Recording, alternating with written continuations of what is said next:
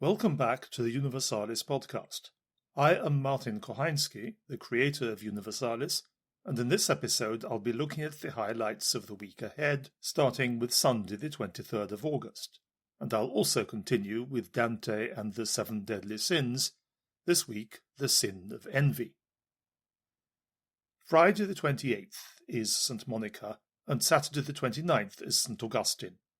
Augustine is the great firework of the early church. For a start, he wrote about everything. Whatever you wonder or think or argue about, he has probably been there before you. Does our salvation come from our own efforts, or do we all just sit around and wait for God's grace to hit us? How old is the world, and were the 6 days of creation literal days you could have timed with your watch? Whatever the question, you can bet that Augustine will have written about it, a sermon or a letter or a treatise, probably all three. And he isn't a figure from remote theological history. The arguments that he and his contemporaries were using are still ones we find ourselves reaching for today.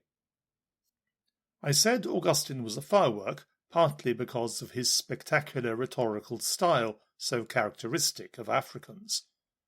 But Augustine is content as well as style, and he is a giant figure in world literature thanks to his uniquely intimate autobiography. It is called simply The Confessions. He published it in about 400 AD, it was a bestseller then, and it is still worth reading today. New translations appear regularly. Augustine's journey to God was complicated and full of detours, and in the Confessions he looks back on the journey and sees how at every corner God was behind the scenes, not pushing him, but quietly guiding him. Many of us have lives that are a lot less simple than we would like. We don't know where we want to go, and we are having trouble getting there anyway. Read Augustine. He did get there in the end. It is a reassurance and an encouragement to follow him on his journey. Great men have mothers. As Augustine pursued his career, learned from all the great philosophers of the ancient world, then bizarrely signed up with the Manichees, who believed in good and evil, a good God, a bad God, a good God who made spirit, and a bad God who made matter. Through all this, his mother prayed. She was there somewhere in the background. She never nagged, but she prayed. Augustine abandoned the Manichees and turned to Neoplatonism, a cold, barren, sterile philosophy. And Monica prayed. At last Augustine met some actually intelligent and educated Christians. In particular, he met Ambrose, Bishop of Milan. That was a step forward, but still Monica prayed. Augustine was baptized in 386. A year later, Monica died. You might say that she had achieved what she prayed for. Read the second reading for Thursday in the Office of Readings page or in the Spiritual Reading page in Universalis. Its setting is a garden in the cool of the evening, that moment at dusk when you don't feel cold yet, but you know if you moved even a little, you would. So you hold still, and you stay outside just that little bit longer and talk in quiet voices. Monica has prayed her son into where he needs to be. Now she is able to depart in peace. So they talk. Monica died a few days later, and was buried in Italy instead of being taken home to Africa. "Lay this body where you will," she said. In 1945, some boys digging a hole for a post for a ball game near the ancient port of Ostia hit something under the ground. It was Monica's tombstone, lost for 1,000 years. Hidden away in Wednesday's Other Saints section in the About Today page is Our Lady of Częstochowa.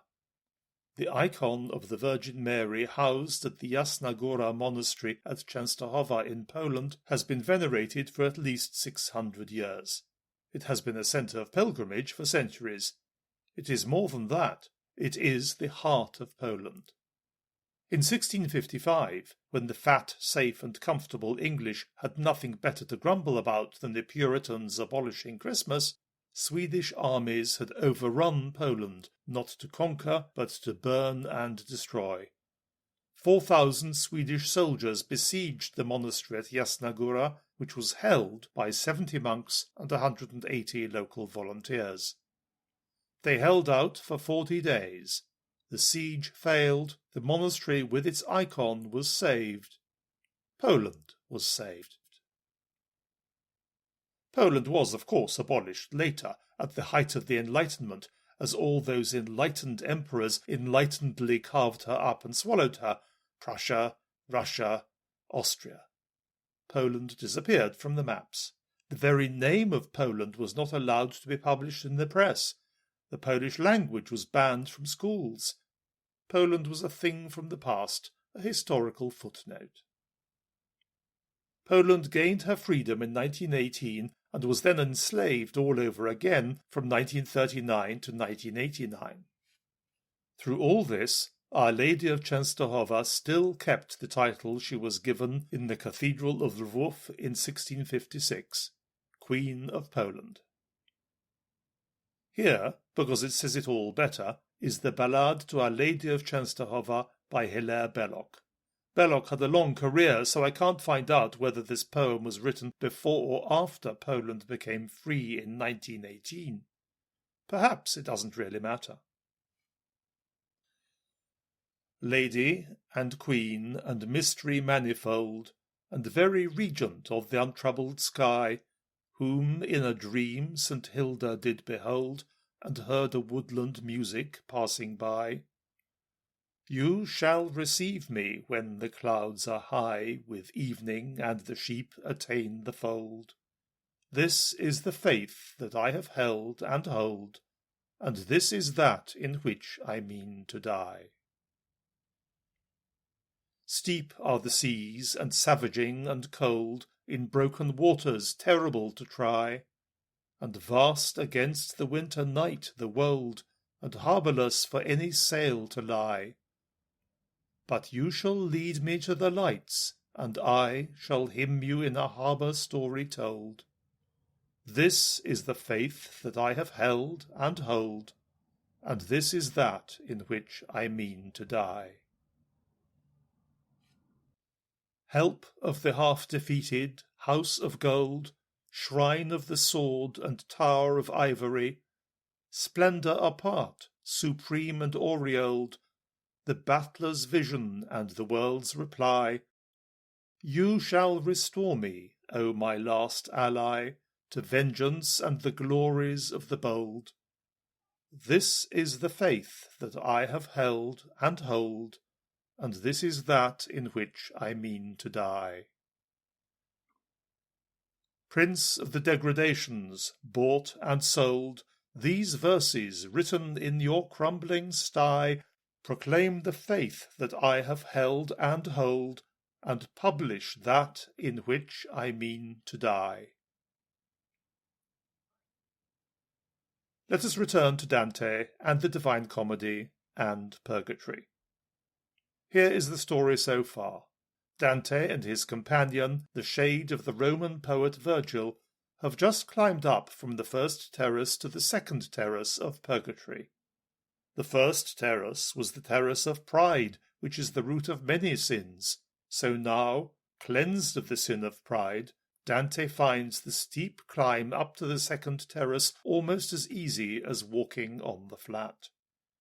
The less you are weighed down by sin, the lighter you become. The terrace of pride welcomed them with beautiful lifelike carvings showing examples of people who had no pride. They gave souls inspiration at the start of their purgation. But here on this second terrace there is nothing visible to welcome the poets, and actually nothing to look at all, just dull, mud-coloured, nothing-coloured rock. There is nothing to see, and that is exactly as it should be, because this is the terrace of envy, and envy begins with seeing. Envy is when I see that you have something I haven't got.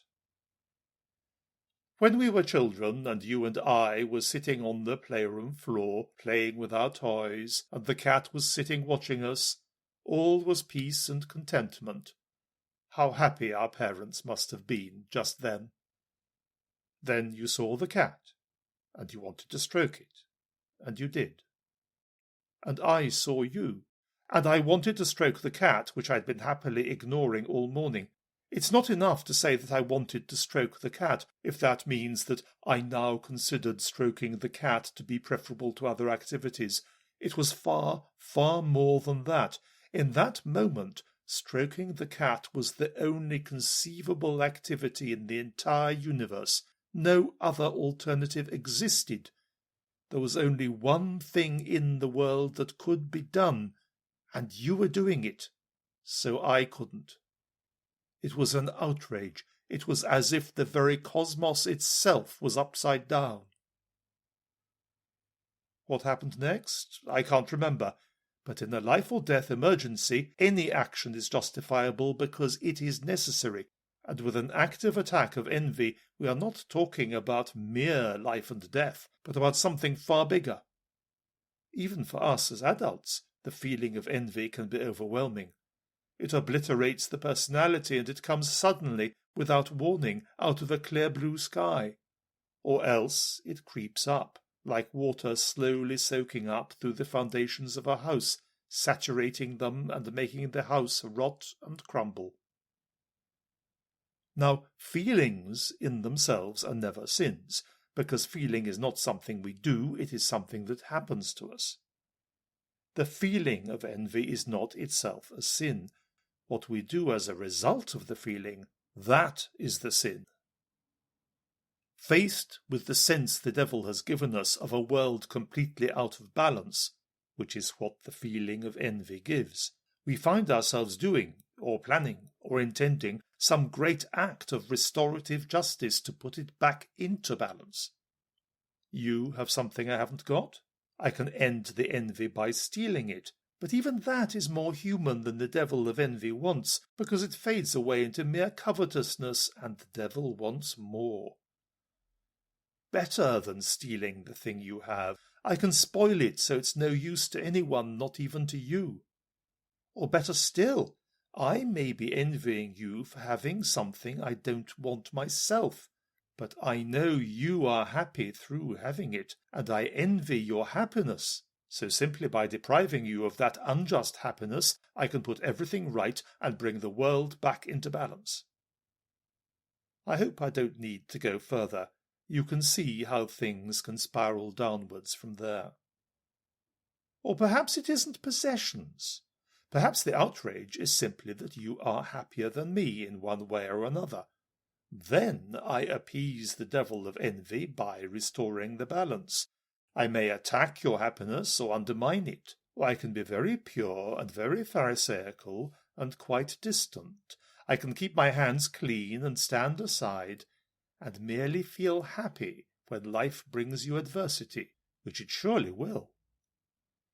Summing it all up before it gets too depressing, envy, the feeling of envy, makes my world feel crooked because of you, and the sin of envy consists one way or another in the wanting or trying to make it not crooked any more. All this boils down to me seeing something about you. This already distinguishes envy from pride, because in pride one tries to be the only person in the universe, but now it is not just me anymore, it is me and you, and that is what the trouble is coming from. A newly captured hawk is wild. As a wild animal, it is alert to any sight and to any movement, however slight, and any time anything happens nearby, it is quite likely to react by hurling itself violently about, breaking its feathers, or perhaps even breaking its silly neck. Some falconers put the bird in a hood for some days, for it to get used to things. In the past, and even perhaps today in some places, they stitch the bird's eyelids shut with thread of very fine oiled silk. They swear that it doesn't hurt the bird, and they may be right, because the thing about birds of prey generally is that they are very, very delicate, and are quite likely to drop dead if anything at all does not suit them. The souls who are being healed of the sin of envy on the terrace of envy in purgatory have their eyelids stitched together with iron wire, so that they, whom the sight of seeing someone else being happy has been driving mad, can be calmed by seeing nothing. And then, if the wire is loosened a little and then a little more, gradually, that calm will remain. Just as the hawk in the end is able to live with eyes wide open and fly freely and hunt, so the healed soul will in the end be able to see and be free. We, reading Dante, want to know, how do we get to there from here? Leaving aside all those images of nothing-coloured rock and iron wires, how can we cope with feelings of envy and not sin because of them? I say cope with feelings of envy, not abolish them. There are people who think that feelings are a bad and undignified thing and look at the trouble they cause, just as there are people who think that the body is a bad and undignified thing and look at the trouble it causes. But man is body and soul both, and the Incarnation proves it. And man is emotions and reason both, and Jesus proves it. Stoic philosophy aimed at freedom from anything that might unbalance a perfectly balanced mind, especially feelings and emotions. Buddhism seems to view feeling anything at all as a sign of imperfection standing in the way of perfect nothingness. But Jesus wept when people were weeping over the death of Lazarus. Jesus was angry when the money changers were changing money in the temple. Jesus said to his disciples at the beginning of the Last Supper, "I have longed to share this Passover with you." So we mustn't deny emotion. Even if having our eyes stitched like the envious sinners might seem an answer, it isn't itself the answer any more than plaster is the answer to a broken leg. It is not an answer, but only therapy, a step towards open eyes and a whole psyche which is free to feel and to fly. How can we take a step towards opening our eyes safely? One way is to see at some level how absurd envy is. Once at a time, when I found myself envying everyone for any reason or for none at all, I drew the poison out of the situation by remembering that many of the people I was envying were probably at that moment also envying me. It was a ridiculous situation, and knowing it was ridiculous took the sting out of it. All the same, although this removes some of the danger of envy, it doesn't in itself cure anything. What does cure envy is love. Love lets you open your eyes wide, eyelids not closed with wire. Love allows you to see the happiness of others, and all that happiness does to you is make you happy too. Because when you love someone, how can you not be happy because they are? Love is the key. Dante is a great theologian of love. In Paradise, he is going to invent a whole new vocabulary for the operations of love. He will have phrases like, "If I could in you myself as you could in me yourself." He talks about in-othering. It's all his way of saying that in love, each of us is in the other. We are still individuals, still different, still unique. This isn't a question of two raindrops merging into one.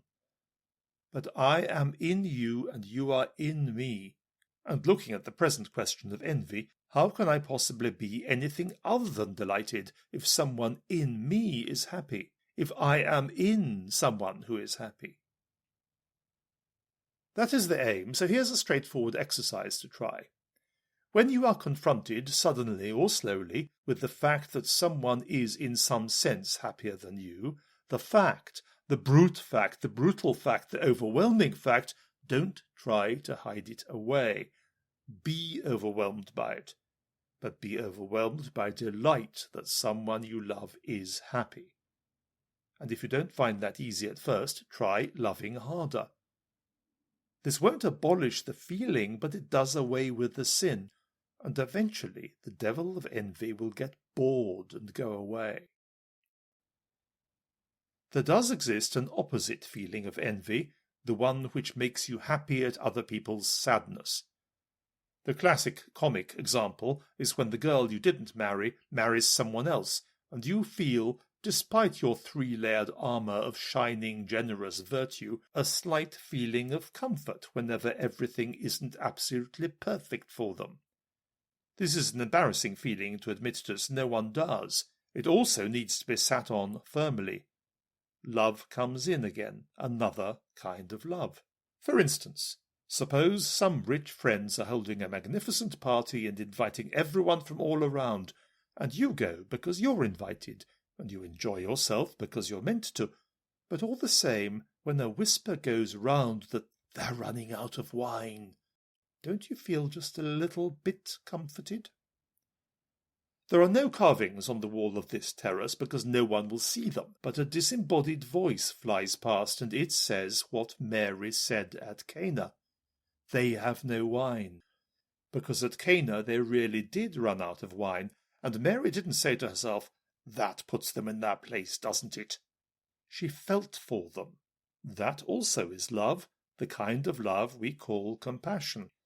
If I am in you and you are in me and you hurt, then I hurt too. Love is the cure for envy again. And compassion is like a muscle in the soul. It is weak when we are children. It gets stronger as we grow up. And it's good to keep it strong with regular exercise. I know we're in purgatory, but at this point it's worth getting a glimpse of heaven. In Dante's heaven, everyone is unequal, because I am not you and you are not me. And the question arises when one of us is, say, a weak nun who was bullied into breaking her vows, and the other is someone like St. Teresa of Avila. One is so much greater than the other, how can there not be envy of some kind? Dante asks this exact question in heaven, and he gets a long explanation in reply, but the souls he asks are really just longing to say to him, "Isn't it obvious? Because I am in you and you are in me, so your glory can only make me even happier than I was already." The full teaspoon does not envy the full ladle, because one is just as full of glory as the other. Sayers quotes a Muslim writer called Ibn Arabi, who wrote about the afterlife, because some people think that Dante got some of his imagery from him. Perhaps so, but on this very question of different degrees of greatness, Ibn Arabi misses the point entirely. He wants everyone in his heaven to be happy, and he is certain that if the less great knew that a higher greatness existed, heaven to them would be a place of grief and bitter disillusion. So, Ibn Arabi says, the less great are protected by not being allowed to know that there is a higher greatness at all. Which amounts to saying the only way to make souls happy is to keep their eyes shut forever. Or again, by making them live in a lie for all eternity. That is what happens when you try to imagine heaven without accepting the supremacy of love. The angel brushes another P from Dante's forehead, so now there are only 5 left. P for peccatum, or sin. He is lighter than ever. The poets climb to the 3rd terrace and find themselves in thick smoke. That's all for this week. If you'd like to write to us about anything, send an email to universalis@universalis.com. We look forward to hearing from you. Have a good week in every sense, and let's pray for one another.